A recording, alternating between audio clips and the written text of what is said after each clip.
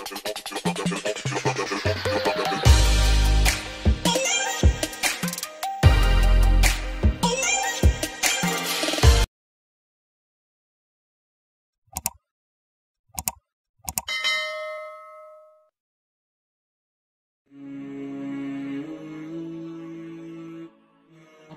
teori namanya ideologi kebencian.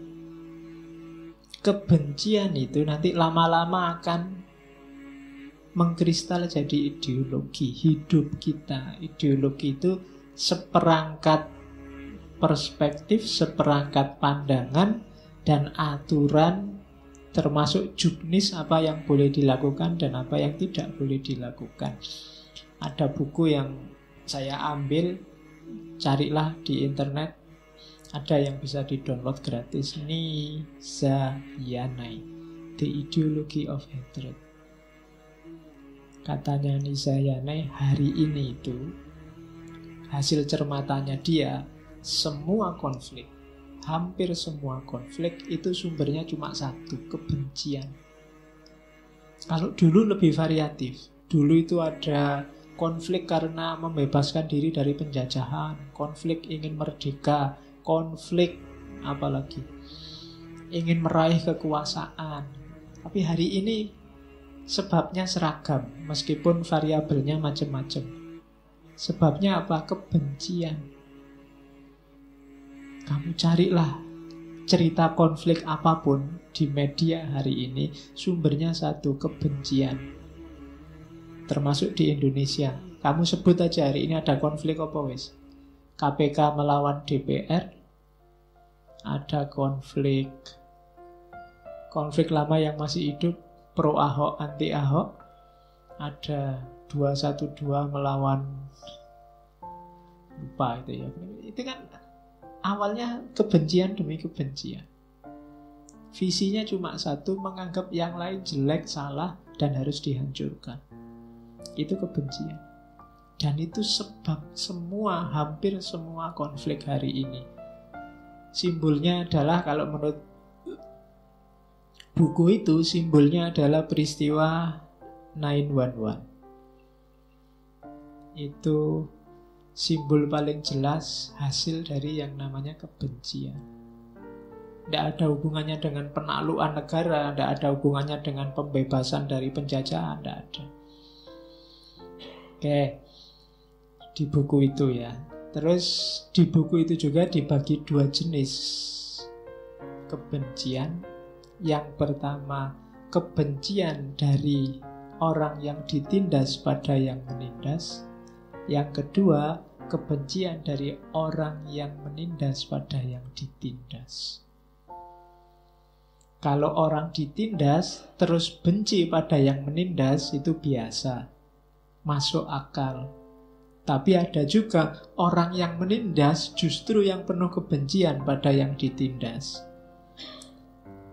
Kalau di buku itu disebut, untuk jenis kebencian yang kedua dibutuhkan ideologi yang kuat, yang isinya menegaskan bahwa yang menindas yang benar dan yang ditindaslah yang salah, jelek, dan harus dimusnahkan. Jadi yang pertama urusannya masuk akal. Karena dia ditindas, maka dia benci yang menindas. Itu kan masuk akal. Kalau yang kedua sudah menindas, benci lagi. Itu butuh ideologi kalau ini. Biasanya kelompok dominan membenci yang minoritas. Dasarnya ideologinya. Kita adalah kelompok yang lurus, mereka yang sesat, harus dimusnahkan. Ini kebencian ini terus hidup terus. Nah itu dari yang menindas ternyata bisa juga membenci yang ditindas. Kalau di banyak ayat dalam Al-Quran, kebanyakan kita disuruh memihak mustad'afin, orang yang ditindas. Tapi dua-duanya ini sebenarnya harus ditolong. Makanya kalau ada hadis Nabi yang bilang unsur akhoka zoliman au madluman, dia yang sedang zolim atau sedang dizolimi harus kita tolong.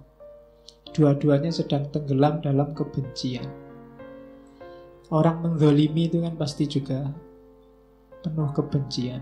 Yang dizolimi juga lahir kebencian pada yang menzolimi. Dua-duanya harus kita selamatkan. Oke. Di buku itu ditawarkan solusi untuk menghindari kebencian. Kuncinya satu, persahabatan. Akrabilah yang kamu benci. Kita sama sahabat itu kan gitu. Kadang salah, kadang kita mangkel, kadang kita tersinggung. Tapi kan terus balik lagi kalau sahabat. Tapi kalau bukan sahabat kan bisa tawuran terus. Atau putus persahabatan kita. Itu alamat lama sembunyi. Tapi katanya buku itu ada solusi enak. Perluas persahabatan. Yang selama ini kita maki-maki di medsos, di Facebook, di WA, berani gak kita rangkul dia untuk jadi sahabat? Kalau sahabat itu kan enak, saling memaklumi, saling memaafkan, saling tidak menyebut jasa, tidak butuh ucapan terima kasih, dan seterusnya. Nanti kita lihat detailnya ya. Jadi kebencian itu kadang-kadang mengkristal jadi ideologi. Ideologi kebencian.